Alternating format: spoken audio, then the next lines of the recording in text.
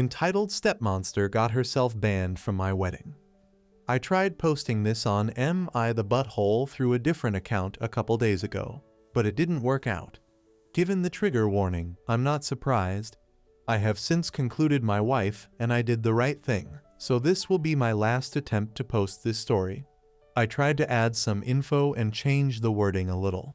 All names are fake. My 28M stepmother 49F is a wannabe party planner. She has taken it upon herself to plan and host every party and holiday my dad's family has thrown since she married him. I never loved those occasions growing up. She's controlling and gets upset if people complain about anything, but humored her for my dad's sake. According to him, this helps her feel included. I'm getting married to my fiancée Jane 26F in July. We got engaged in early 2021, but Jane ended up getting pregnant a couple months after that, and we decided to postpone the wedding to focus on our son for a while, so we've had a long engagement. My stepmother has tried to hijack our wedding plans from day one, complaining, contacting our planner, showing up unannounced to Jane's dress appointments, etc. And we have repeatedly asked her to stop. Dad wants us to humor her, but she's clearly resentful of the fact that she's not hosting the wedding or being labeled mother of the groom in invitations. Besides our baby boy, we also have Luke 4M, Jane's paternal half-brother. She got custody of him a few months into our relationship, after his parents died. I ended up moving in with them during the pandemic, and have been in Luke's life since he was a baby. He doesn't call me dad, and refers to us as his sister and his op, but we love him like a son. Stepmother, though, hates Luke. She accuses Jane of baby-trapping her way into the family. That accusation only got worse after our son was born. My dad gets along with Jane and adores the kids, but stepmother demands him to refuse babysitting Luke, so we don't leave the kids with them often. Instead, Jane's brother and Sil usually watch the kids for us, as their children are close to ours in age. We had a thing last Sunday, and my Bill was out of town with his family. Jane's other siblings live in different cities, as well as my mom and sister. My dad agreed to babysit at our place, and we left. We came back to find both kids crying, stepmother screaming, and dad weakly trying to calm everyone down. Apparently, Luke had told stepmother that both he and our son were going to be our ring bearers, and she went ballistic. She screamed that she wasn't going to allow that because he wasn't family. She then made me need to include the trigger warning when he started crying. His lip is still split. She'd never gotten to this point before. We immediately banned her from our house and from our wedding. Dad is fuming and has said he's not going without her. He's also convinced half of his side of the family by severely downplaying what stepmother did to boycott the wedding as well. This includes my stepbrother, who fully agrees with his mother, no matter how many times I try to tell him the truth. Me and Jane are refusing to budge, but many of my cousins who aren't coming anymore are asking us to reconsider. Pretty much all of Jane's family agrees with us, but one of her aunts has suggested that maybe stepmother is acting out because she doesn't feel welcomed by my family. I've honestly had it with my family enabling her behavior. I love my dad and really want him at my wedding, but I am more than willing to go and see if it means protecting my family. Edit. I think I accidentally deleted the paragraph where I mentioned this, but we did press charges. We took Luke to the pediatrician the next day and gathered every piece of evidence we had. Not only did we have pictures of Luke's face, but by some miraculous strike of luck, we also had nanny cam footage. Some commenters were right to assume that my SM hadn't been invited to our house, but my dad hasn't really gone anywhere without her in years, so we took precautions. We didn't expect her to actually do anything this awful, but we've never trusted her with the kids. The physical attack happened off camera, but there is some footage of her screaming and Luke crying before and after the event. She now has a child abuse charge on her rap sheet. We wouldn't let her get away with this. Edit 2. There is a lot of additional info I want to add. I'll try to respond to at least some of the comments. I did not expect the amount I've gotten so far, but all I'll add for now is that Luke is okay. The visit to the pediatrician happened the day after. He already had a counselor. Jane was pretty traumatized when her dad and stepmom died, and was worried it would rub off on him and will continue treatment. We've been hugging and pampering him a little more than usual, too. He's still upset, but is already doing much better. Update 1. I want to thank everybody who took the time to read and/or comment on my previous post. It's been a tough week, but it's always great to know that people care. I haven't been able to reply to every comment, but I will try to address some in this update. This might get a little long. I'll start off by saying that me and Jane are going NC with my dad and SM. We haven't really spoken to either of them since the incident, and I don't plan on being the one to reach out. Any communication between us is being handled by my younger sister. She's completely on our side, but will remain in low contact for the time being. I've decided to adopt Jane's way of dealing with people she cares about. Forgive what's apologized for, but never forget. Basically, if Dad or SM ever truly understand what they did wrong and sincerely apologize, we're willing to forgive them, even if begrudgingly so. But we will never ignore or let them forget what they did to our family. And for the time being, neither of them will be allowed near Luke, our baby, and any other kids we may have in the future, even if we do forgive them. As for the rest of my family, I read a lot of comments suggesting that I post pictures of Luke's face, as well as the nanny cam footage. I'm not very active on social media, but even if I was, I'm not comfortable exposing my injured preschooler like that, especially given that nothing on the internet ever truly goes away. I also decided not to share the pictures with my family unless truly necessary. I should probably mention that while my family adores my dad, most of them aren't very fond of SM. She had 2 failed marriages prior to meeting my father, the first of which resulted in my stepbrother, and he cheated on his then girlfriend to be with her. My family loved that girlfriend and disliked SM right away. Not only has she been controlling and manipulative since the beginning, she's also tried to force her way into the family matriarch role by any means possible. Taking over planning duties for every family event was her favorite way to do it, because of all the attention and compliments that come with it.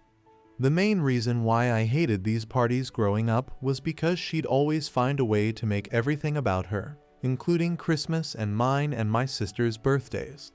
The rest of the family felt neutral about it, but they never liked her. With Luke, it was different.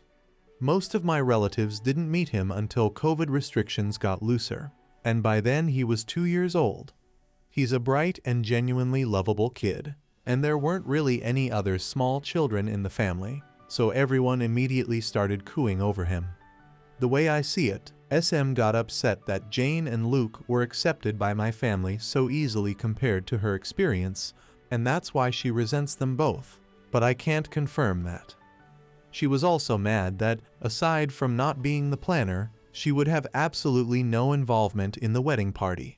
She tried to pressure us into letting her officiate. One of Jane's best friends was offered that role a year ago. Making stepbrother my best man, he wasn't interested. And I'd already gotten my best friend, or asking her sister's daughter to be our flower girl we'd promised Jane's 3-year-old niece. Also, her sister's daughter is 15 and doesn't know us.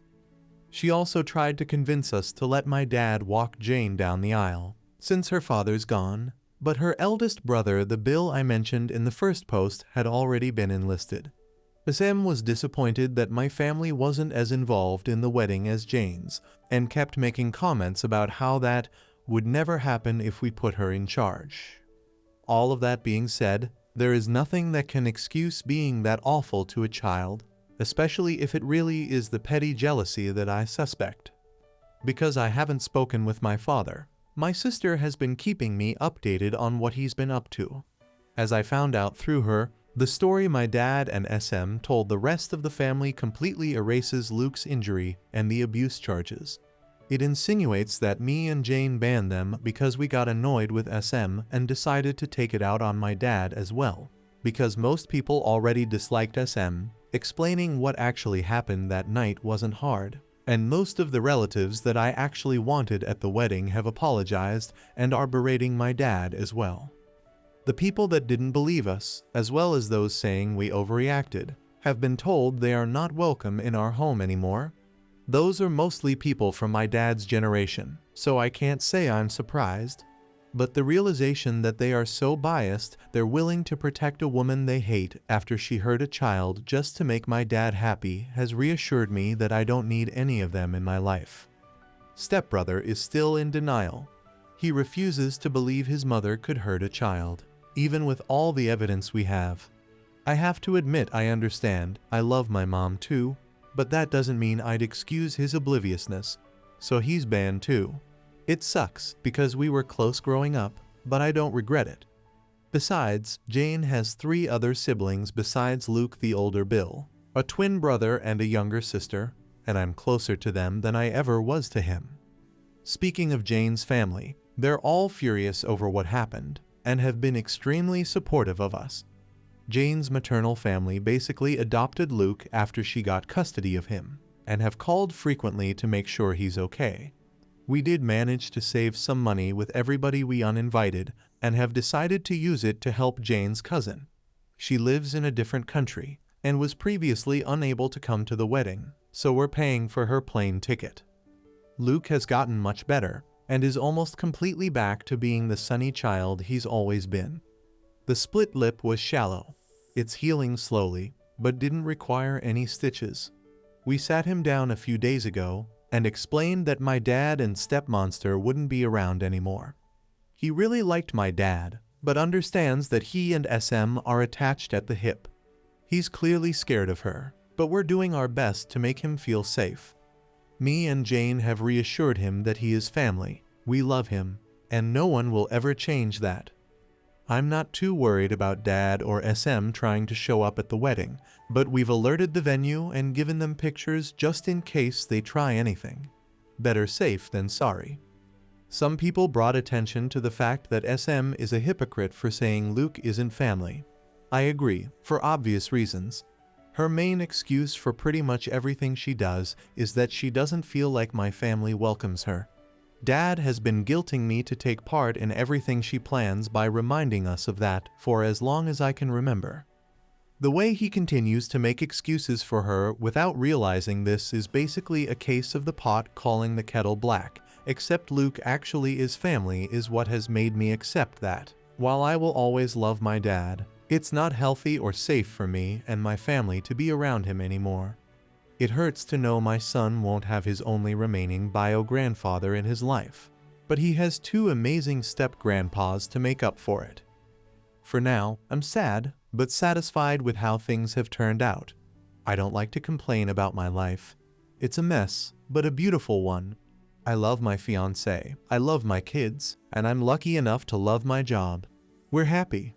I'm not letting anyone ruin that. To whoever was annoyed at my censorship when posting on Ada didn't work out, Jane suggested I make the writing less explicit. I'm not used to Reddit yet, so I might have overdone it a little bit. I hope this is my last update on this story, but I'll keep you posted. Again, thank you for all your love and support. Best wishes to all of you. Update 2. I'll start off by probably disappointing a lot of people. We're coming to terms with the fact that it's unlikely SM will get anything more than a slap on the wrist. Me and Jane are discussing our next move with our lawyer, but we're still not sure how we're going to move forward. It's too early to tell anyway, so we're trying not to get ahead of ourselves any more than we already have. However, I'm relieved to announce that we're getting started on the process for a restraining order against SM. We're using the same evidence we gathered the week following the incident, including the nanny cam footage and pictures of Luke, and we'll focus on that for the time being. I still haven't spoken to my father. My sister is still an LC, but is seriously considering cutting ties with him. Because my sister is the only one on my side that still talks to him, my father keeps trying to ask her about me, and whether I've calmed down yet. According to her, he's annoyed that half of his family refuses to talk to him, but still doesn't seem to accept why. I told my sister that she doesn't need to keep playing messenger pigeon between me and our father. I never asked her to do it, and it's clearly taking a toll on her, but she insists she'll stop when it feels right. By the way, there is absolutely no doubt whether SM attacked Luke. Not only did Luke say it the moment we got home, but that was also confirmed by my father in a failed attempt to defend her behavior. He never tried to hide it from us. That and the fact that he gave Luke an ice bag is literally the only positive thing I can say about his actions. And SM was too busy screaming about how much of a whining brat Luke was being to deny it. To those who guessed SM is younger than my dad, you get an invisible cookie.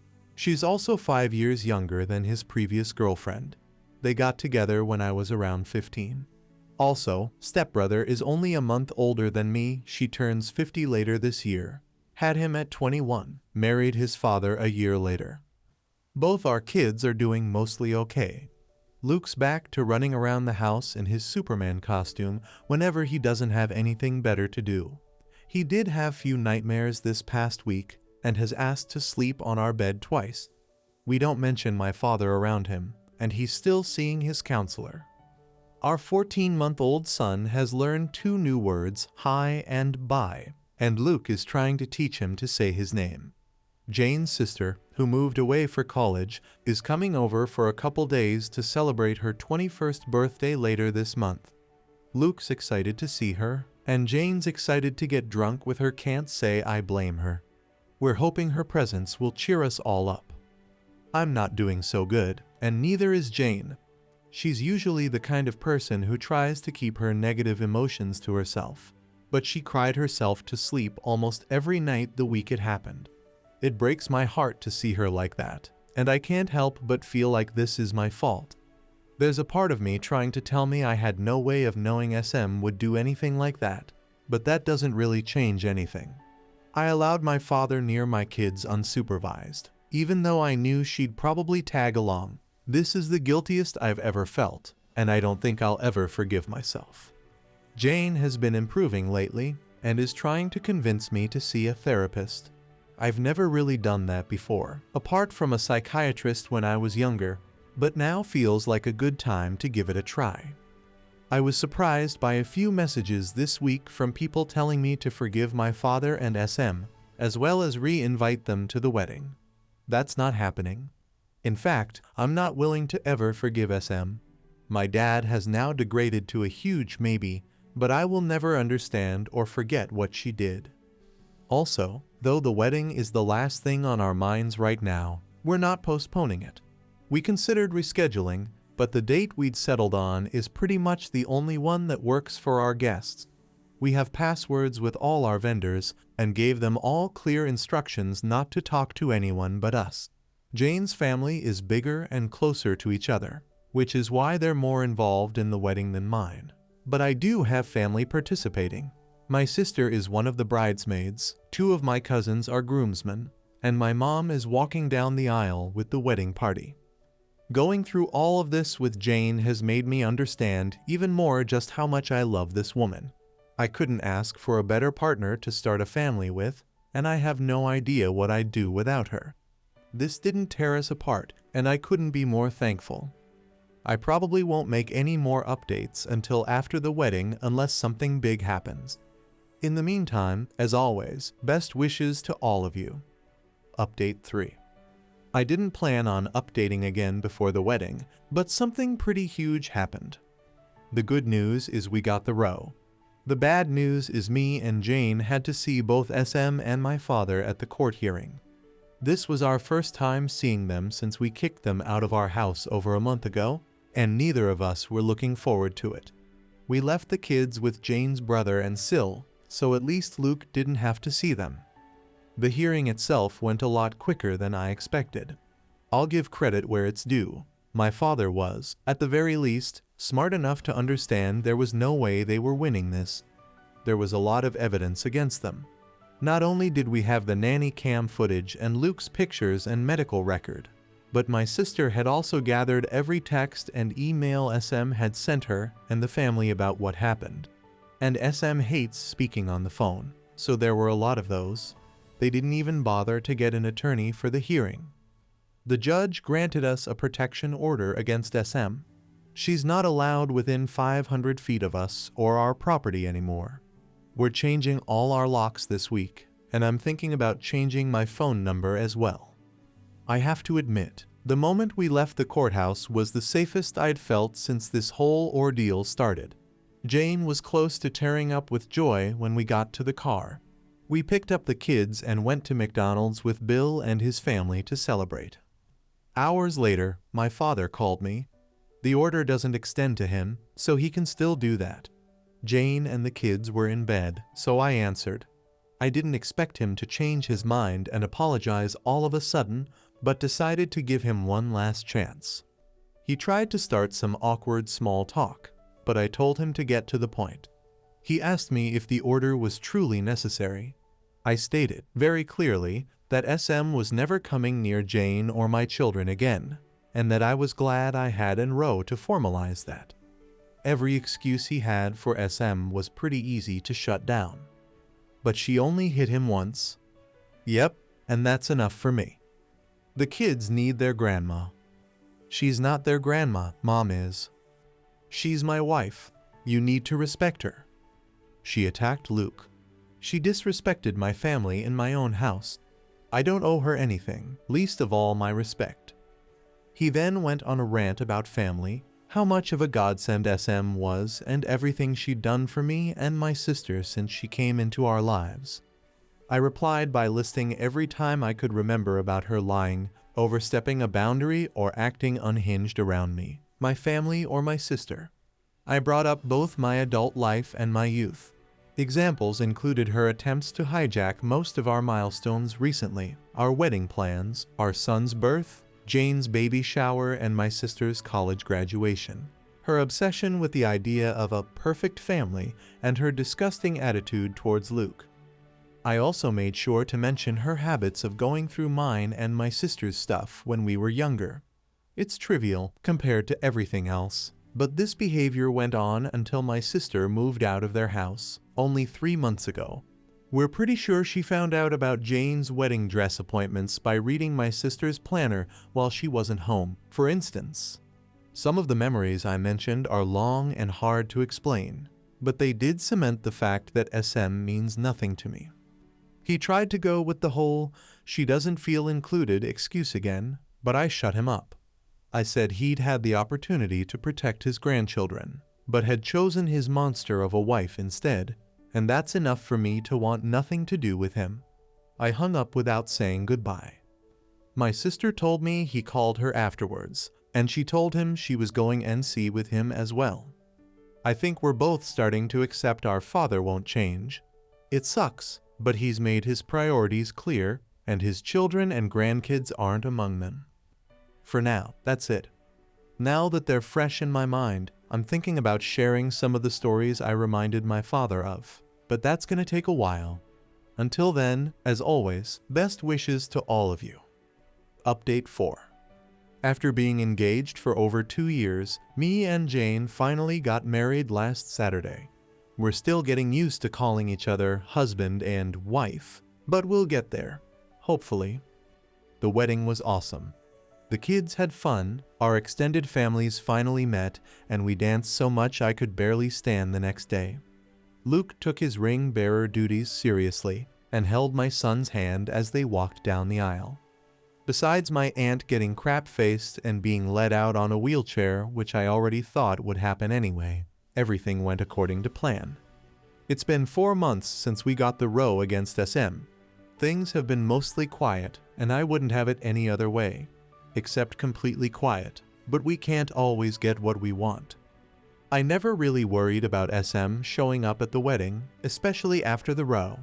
It's literally illegal for her to come close to us, and we made it very clear that if she tried, we'd call the cops right away. My friends still warned me to take safety measures, most of which I did. SM didn't show up, of course, but I'm a strong believer that any money spent on security is well spent. So no regrets on that end. My stepbrother and I wished each other happy birthdays, and he also texted Jane on hers back in June. That's the only contact we've had during these months. He knows that the door is still open if he wants to apologize.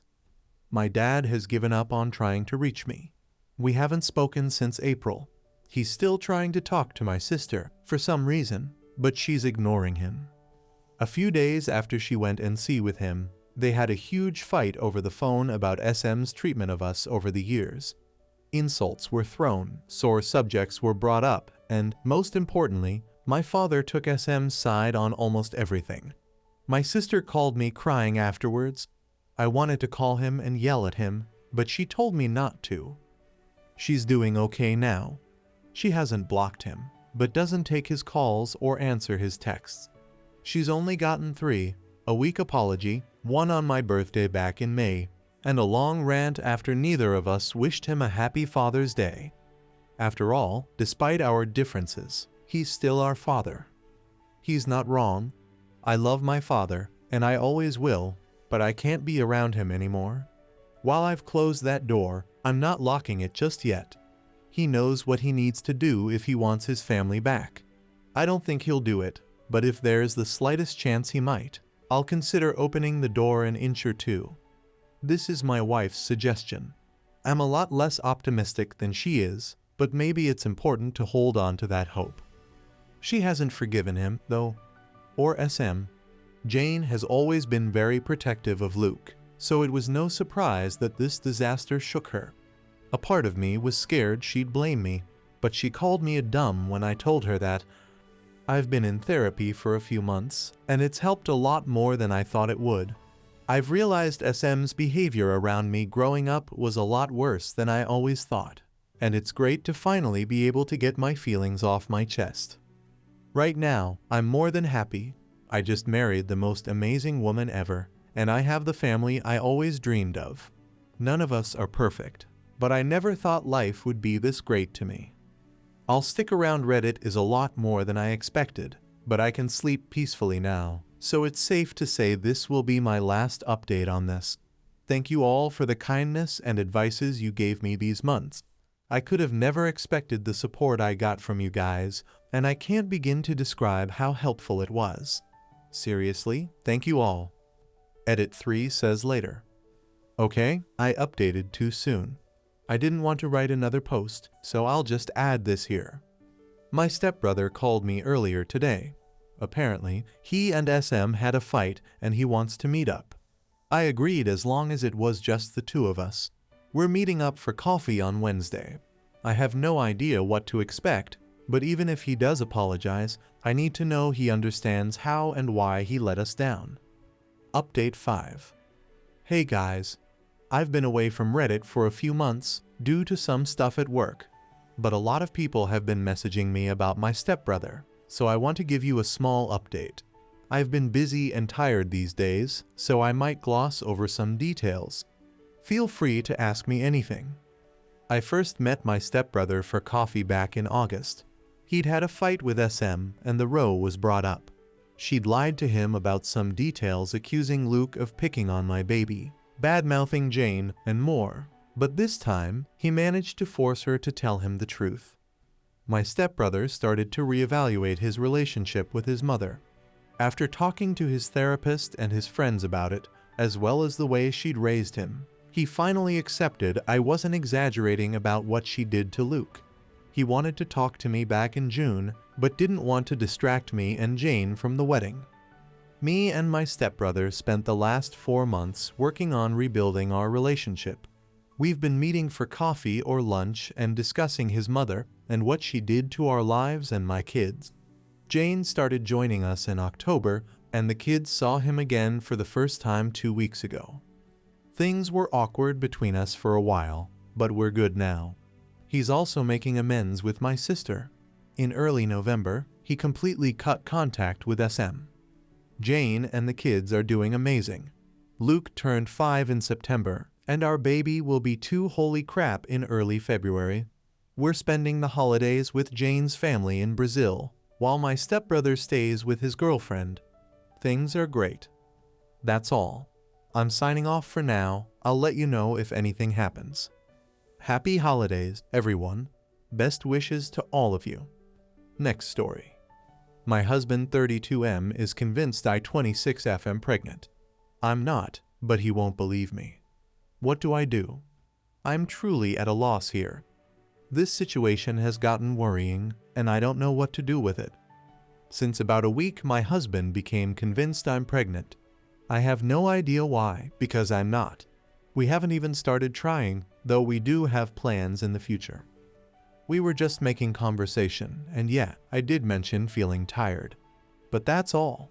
A few hours later, he just came in so excited. I told him I'm not, but he won't let it go. He has made remarks about how happy he is, what a wonderful mother I'll be, what our baby will be like. Not all the time, but it has come up multiple times a day. I told him I'm not. I even took a test because even I started wondering, and it was undoubtedly negative. I showed him and he just got annoyed, said tests can be wrong. He didn't speak to me for the rest of the evening. The next morning he acted as if nothing happened.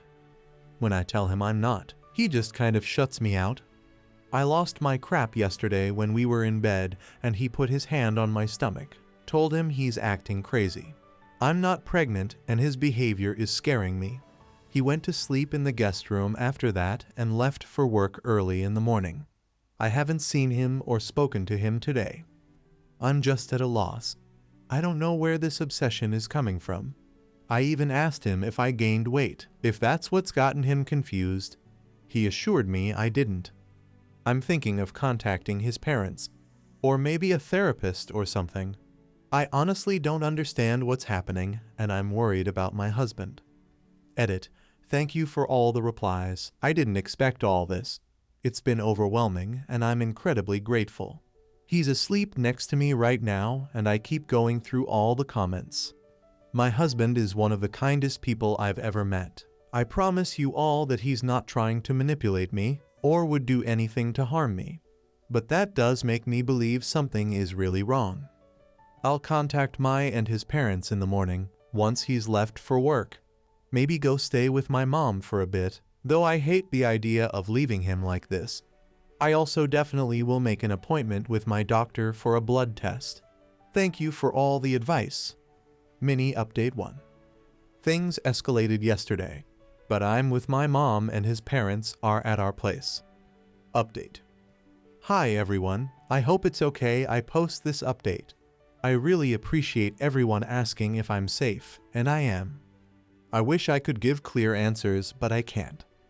Things escalated when I tried to speak to him, keeping some of y'all's advice in mind. I sat him down and explained to him that I'd love to have kids with him in the future, but that I'm not pregnant right now, and that his insistence worries and scares me. I told him we could go to the doctor together if that would put his mind at ease, or I could take another test in front of him. I was just hoping to snap him out of it somehow. He got very agitated, said many hurtful things, and accused me of being a liar many times, that I'm trying to keep our baby away from him, and so on. Nothing made sense and I wasn't feeling safe anymore. I knew my husband would never harm me in any way, but that wasn't my husband. Things got worse. He did hurt me, but nothing permanent or even emergency care worthy. I also know that if he was in his right mind, he never would have done anything like this. I called mine and his parents, and I'm now staying with my mom. He did seem to calm down a bit when his parents arrived. I haven't spoken to him since then. His mother, she's an angel, is keeping me posted about everything. We all agree something is very off about him, and we don't know what it is. But he hasn't agreed to getting himself checked out in any way. I don't know how they'll go about it, but they say, and I painfully have to agree, that it's best to keep my distance for a bit, as most of it is aimed at me. I'm safe, so is he. I miss him so much and just want an answer as to why he's being like this. I keep trying to figure out if there were signs before, or what I did wrong. Thank you all for the replies, they were a great help. It's so kind you cared to ask if I'm safe. Mini Update 2. He has apparently agreed to get himself checked out, but I haven't heard anything else. Mini Update 3. He's in the hospital. Many people were right about it being a medical issue. I'll get more into it at some point maybe, but first need to see what's going to happen with him. I've seen him a couple of times. Sometimes he's his normal self. Sometimes he can't stand the sight of me. We're managing somehow. Update 2.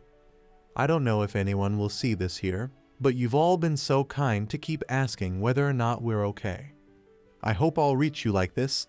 I'm going to keep this short. My husband has a brain tumor.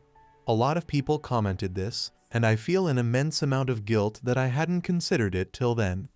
All the headaches and other symptoms in hindsight we had previously dismissed because of his stressful work situation and so on. I'm beating myself up that I hadn't seen it before. A wonderful team of neurosurgeons, oncologists, and other physicians is figuring out the best approach here. If there is one, we'll hear more in the next days. I've spent more time with my husband. Some moments he's his amazing self, others he's filled with anger. It's difficult, but we're managing.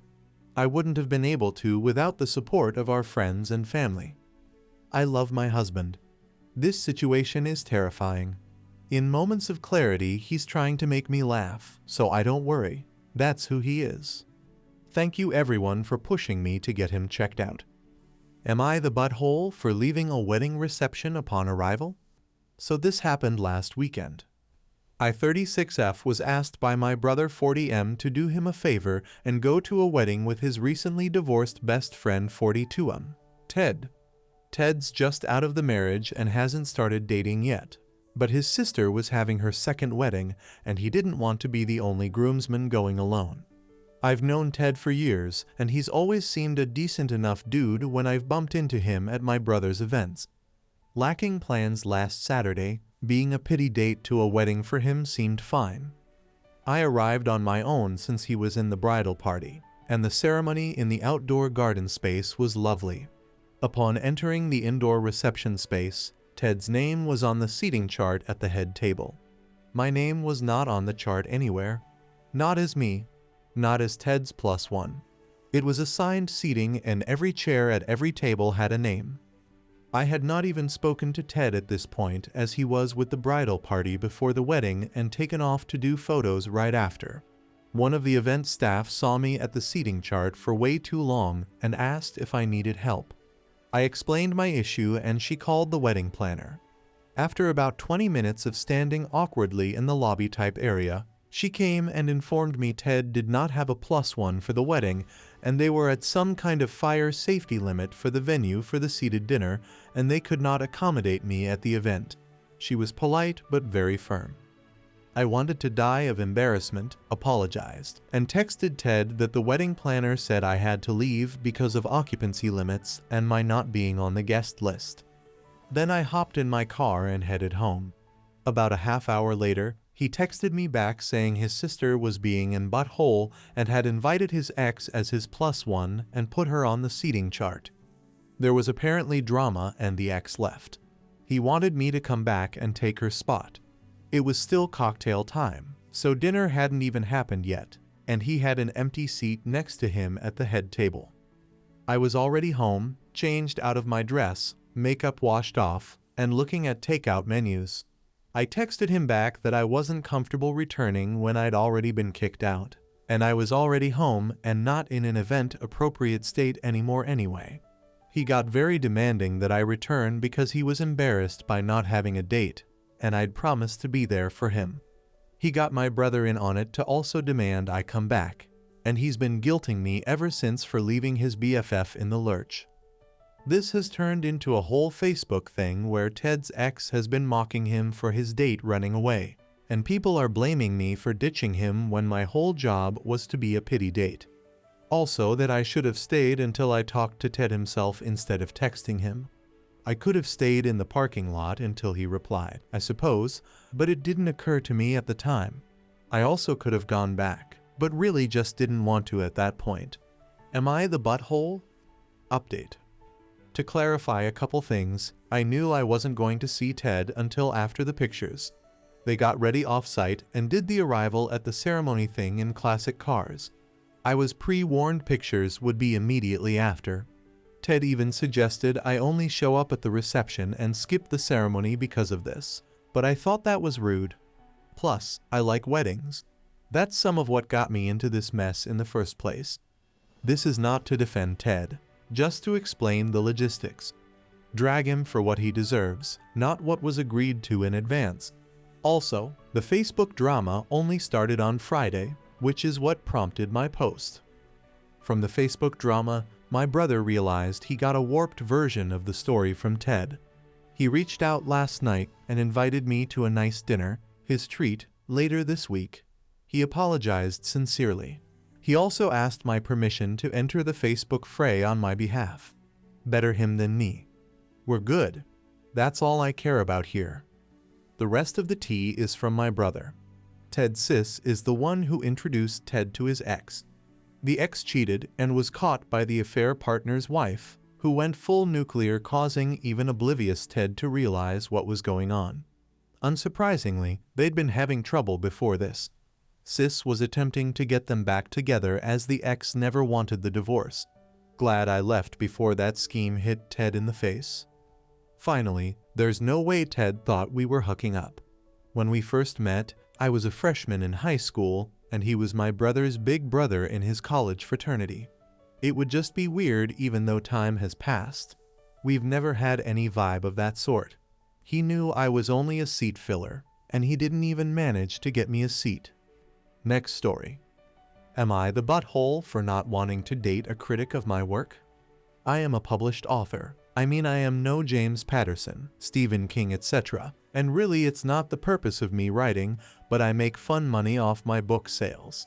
In a given month, I am in the green by $100, $300 on a new book depending on the book genre and season when first published. I don't really even do it for the money. Like I said, I have a full-time job and do plenty of other gigs as a performer/artist on the side because it makes me happy. Artistic expression just makes my world brighter and helps me from falling into bad mental health cycles as I am diagnosed with depression, anxiety, and PTSD, or what I like to call the holy **T-Terry, blessed be its name. I started writing as a kid because I am dyslexic, highly like ever see a person when you spell a weirdly spelled word and they look like they want to jump into oncoming traffic. I'm worse. Don't give me verbal directions, FFS, text it. Point. Anything. The second my mental word is required to need to know too many words at any given time, I panic. I have tried every class, app, TikTok, life hack, ... It's not my strength. I am good at other things like coding or planning events, etc. I have other strengths, so I just do my best and keep swimming like a dyslexic dory. That said, I was teased and bullied relentlessly all through childhood, a lot growing up, and labeled the dunce, so the trauma lives. For an example, I was in my local paper Small Town for an event at school. I was like second grade at the oldest. I made a whole imaginary town out of recycled materials and had a story with it as my end-of-year project. I worked on it for literal months, even figuring out how to make it foldable so it easier to travel with it in my grandfather's minivan. My story had 10 chapters and was handwritten in my messy kid handwriting. I had a teacher, Miss Smith. That's her real name because F that woman, and it's common enough. She said my project was low class, but I guess I shouldn't expect much from you, and she walked off. Her son, my classmate, stomped my project to oblivion. He smashed my Play-Doh figurines of the people and pets, and as if that was not enough, he pointed and laughed at me when I cried. He then put copies of the article with my picture, but added a dunce hat and laughing faces in the school lunchroom, homeroom, etc.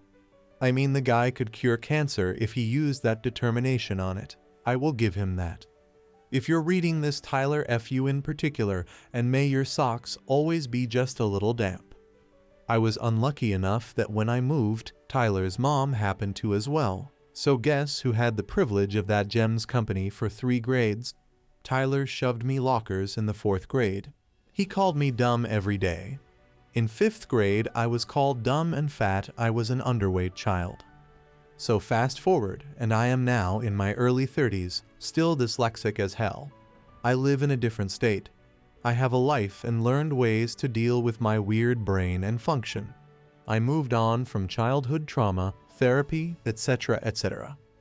There is a guy I liked, Brian, and Brian seemed to like me too, so we decided to do non-date causal hangouts to see if we vibe enough to consider dating, his words and idea.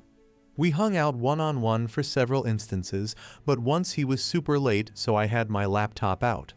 He saw me when he arrived and asked what I was doing, and I sheepishly responded I was working on my next book.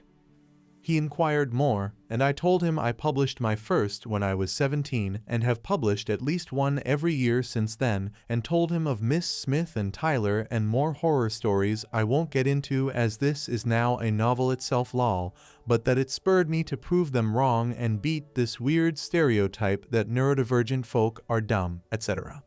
He asked to read it, and I said no. I use a pen name on purpose as those Amazon reviews can make you want to yeet your own soul from your body, so I keep it separate from everyday life. Well, turns out if you know me and my nerdy joys, my pen name is easy to guess.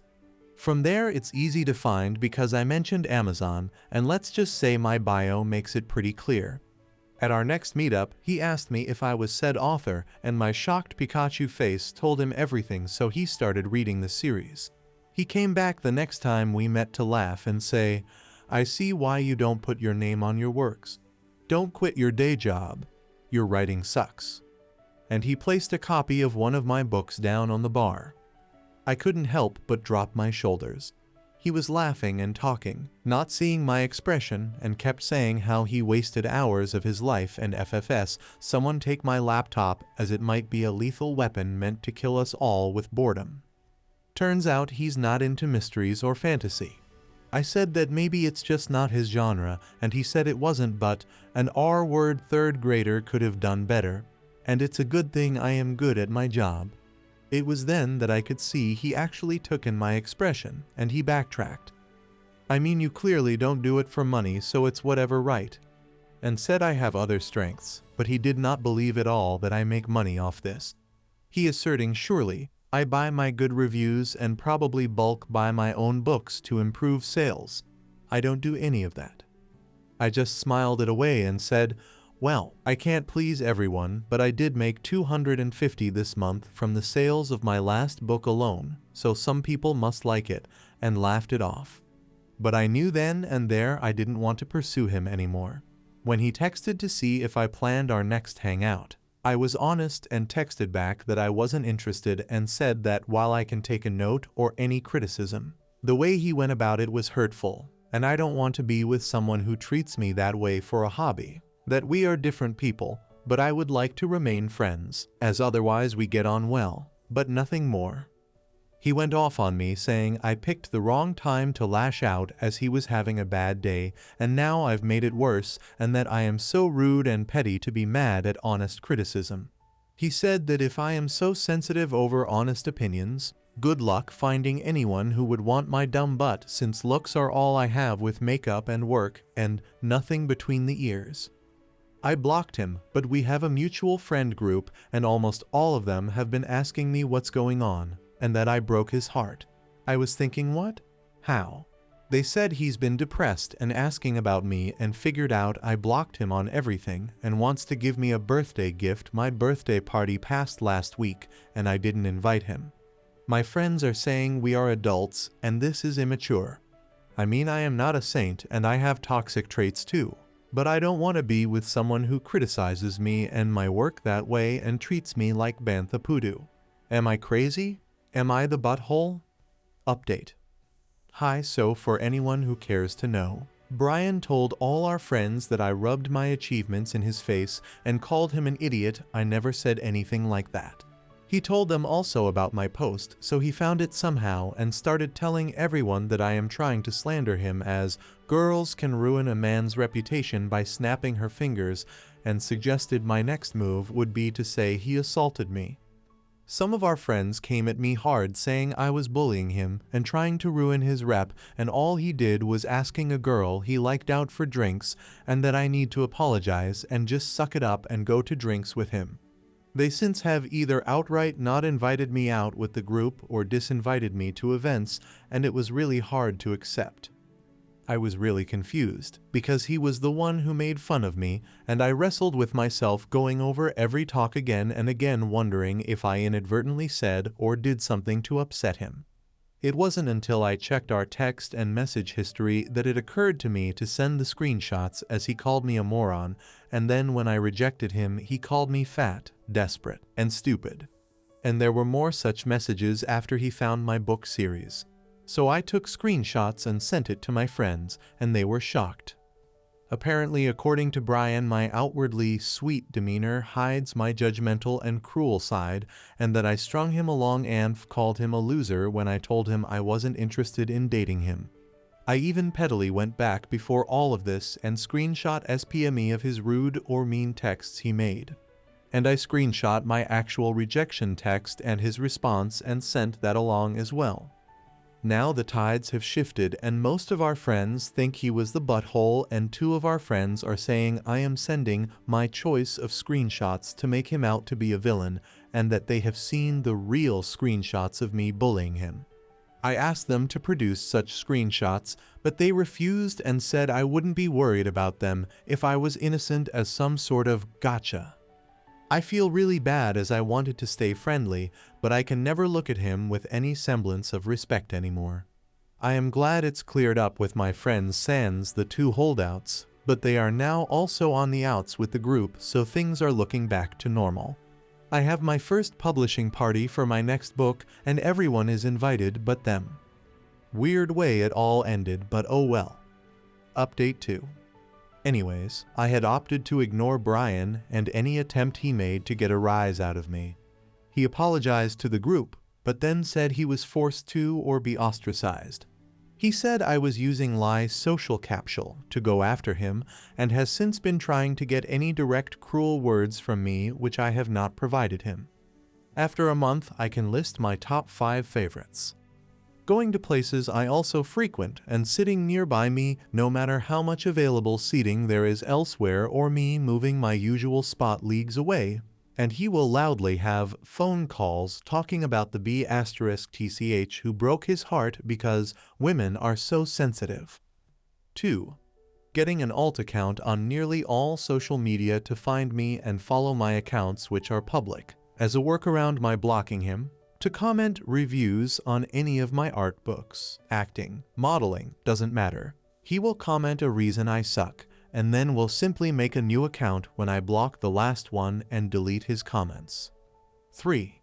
Anytime the group chat pops off with invites to events and I say I am going, he will reply to that with, "My GF is the kindest person, but I don't think she'd like me hanging out with you, etc."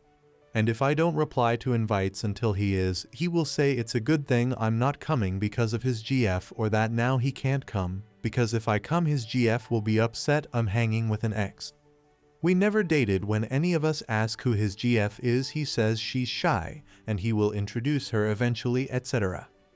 4. I am speaking at a conference and got excited and shared in the group chat, and everyone congratulated me, but he said that was okay but not newsworthy, and then looked up the conference and saw I have a relative also presenting and suggested that is how I got the spot and not on my own merit. 5. Revealing this Reddit name to the friend group and linking my first post as proof I bully him despite not speaking to him, not naming him, and leaving put most if not all identifying info about him. He's insisting I edited out the worst parts, and I can't prove I didn't, so whatever. So all of that has been happening, and yes, I unblocked his phone number only because it was screwing up what I was seeing in the group chat and I got lazy and didn't figure it out. Plus, he doesn't text me directly anymore anyway. Well, about a week ago, I went up to house sit for my parents, a small drive away from my own home, and was due to stay for about a week. I only told the few friends in the group that didn't side with Brian the first round of BS. I used this time to go to work, and then spend my non-working hours on my book, and I came up with a new pen name. I decided to revamp the whole fictional universe I created and was excited after I designed the cover for my next book. I shared it with all in the group but him and his 2 flying monkeys, but he found out about it anyway and flipped out in the group chat saying I was trying to show off again and that I was trying to steal his spotlight, as we all know damn well he is publishing his first book on Amazon this summer, and me publishing mine at the same time with my fancy cover etc. was just another form of bullying. He akined it to if in wore white at his wedding. I have to honest here, I had enough. I put up with this behavior for months now, so I flat out said he never mentioned a book to me, and shared a screenshot of calling writing the profession for the R word, but unlike sharing the screwnosot before, I didn't blank out the word. What a difference a word can make. Apparently the friend group thought the word I blanked out were milder and not slurs, and we as a group are quite diverse on every spectrum save maybe politics. So they dogged him for using a slur, and he said that he's autistic and he can use that word just like I am black and can say the N-word, except he typed the full word. I said, right, so I'm done with this, and left the chat. I didn't argue or do anything other than leave the chat. I was working at the time and put the phone down like, that's enough humaning for today, and went about my business. This man rage texted me for hours until I got off work, saw his messages, and blocked him. I then see ads on FB and Instagram about his book. He was paying for ads on social media.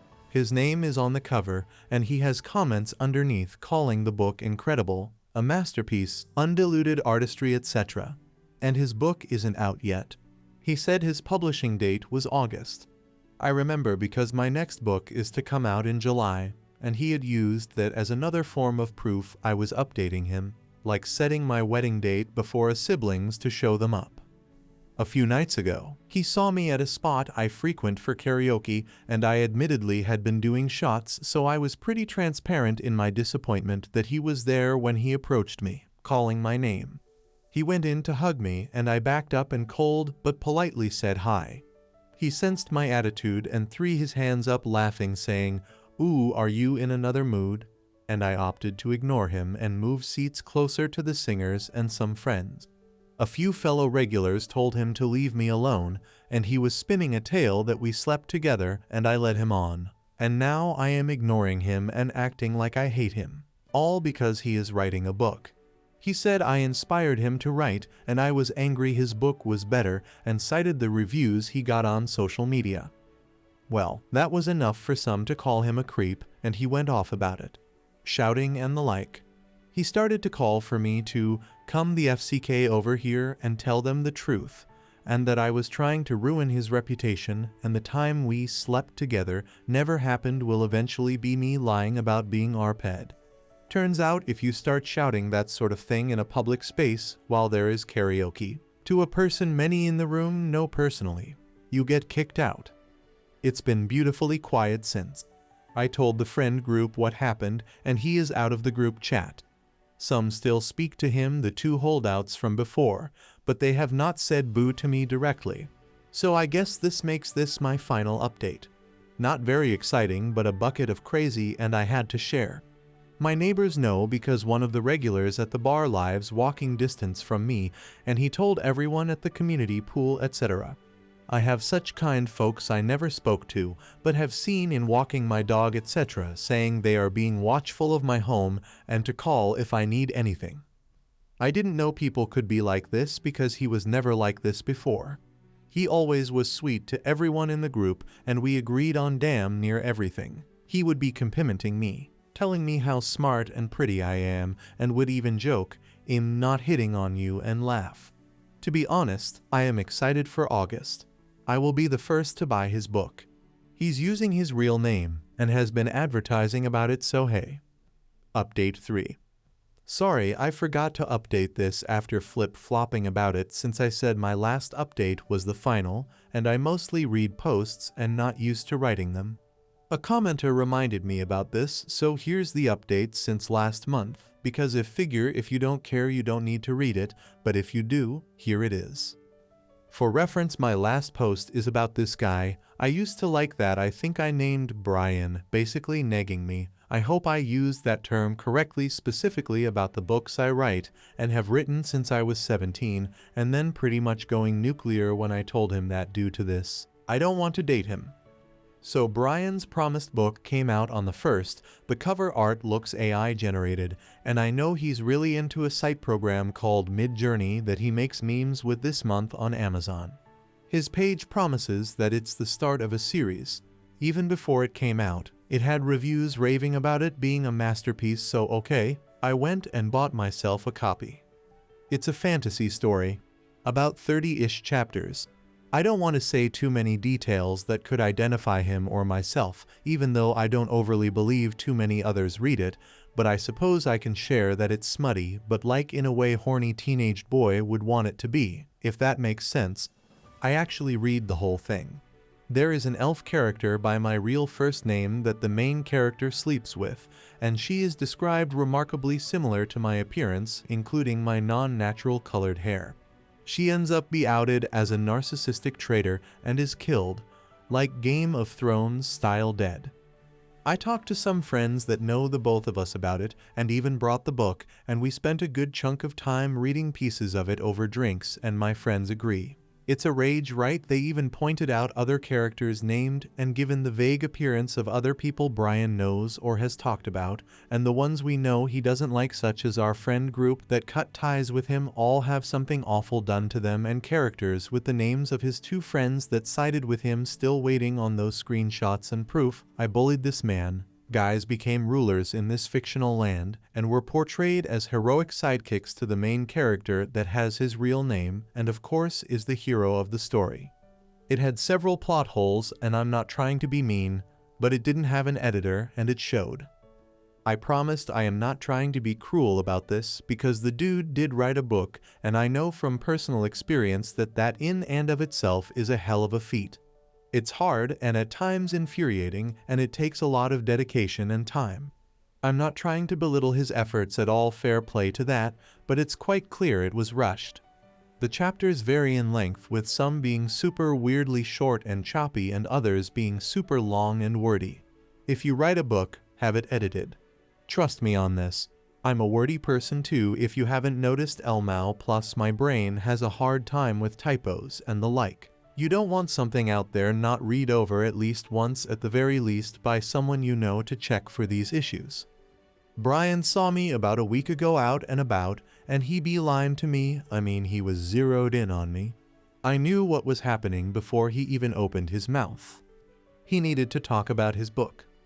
He was so nice to me, it was actually uncomfortably nice, but I can't explain the look in his eyes.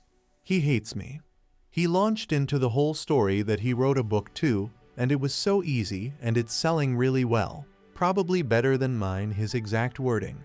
Because it was such an obvious jab I couldn't forget. Was, yeah, I was so surprised, I think I have like double your numbers or something. Maybe it's how I marketed it or something. Maybe you should try. And he went on to give me tips that I so clearly needed. Then it was time for him to hand me a copy to give it a read. I told him, oh, I have a copy. I bought it as soon as I could. He looked shocked at that, and I said that I of course wanted to support other authors, and he was like, you did, huh? Where is it? And I said I let a friend borrow it, and he handed me a copy anyway, alluding to the fact that he figured I was lying or being sarcastic.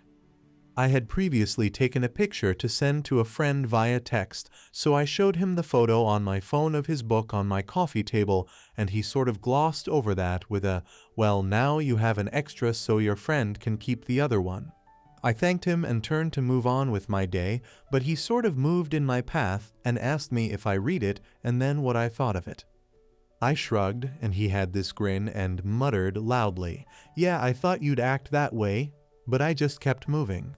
A mutual friend sent a screenshot of his Facebook post that he posted that evening of how jealous people are so funny and pathetic, and that his book has record sales. The same friend then commented on the post asking for a pic of the dashboard that would show said sales, and he commented a photo I sent in our old friend group chat of my sales from several months ago when I got a bump in sales. So my friend took the time to scroll back in the chat, screenshot that part showing it was mine, and commented it under that, which caused a lot of drama in the comments. People went from congratulations to what the F quick, and Brian deleted the entire post and blocked my friend. Since then, he's been avoiding me publicly, but keeping up his fake social media profiles and insulting me every chance he can. He talks to himself as alternate accounts, gossiping about how I am fake, rude, a bully, jealous, and the like. If I block one, another pops up, and a comment will appear from another account outing me as someone who blocks anyone I don't agree with for calling me out. I stopped blocking mostly because in our new friend group chat, we post screenshots of the comments and messages, and it's become a sort of game to spot his accounts. So, Brian Bikai, I know you're reading this. I will be keeping this account, and I've found writer subs here I will be joining. You're welcome to follow this account, and good luck on your sequel. I will be the first to buy it. P.S. Thanks for the boost on social media as well. It's helped make my accounts more visible. I appreciate the free marketing. I hope you guys like this video. If you did, make sure like, comment, share, and subscribe the channel James Stories.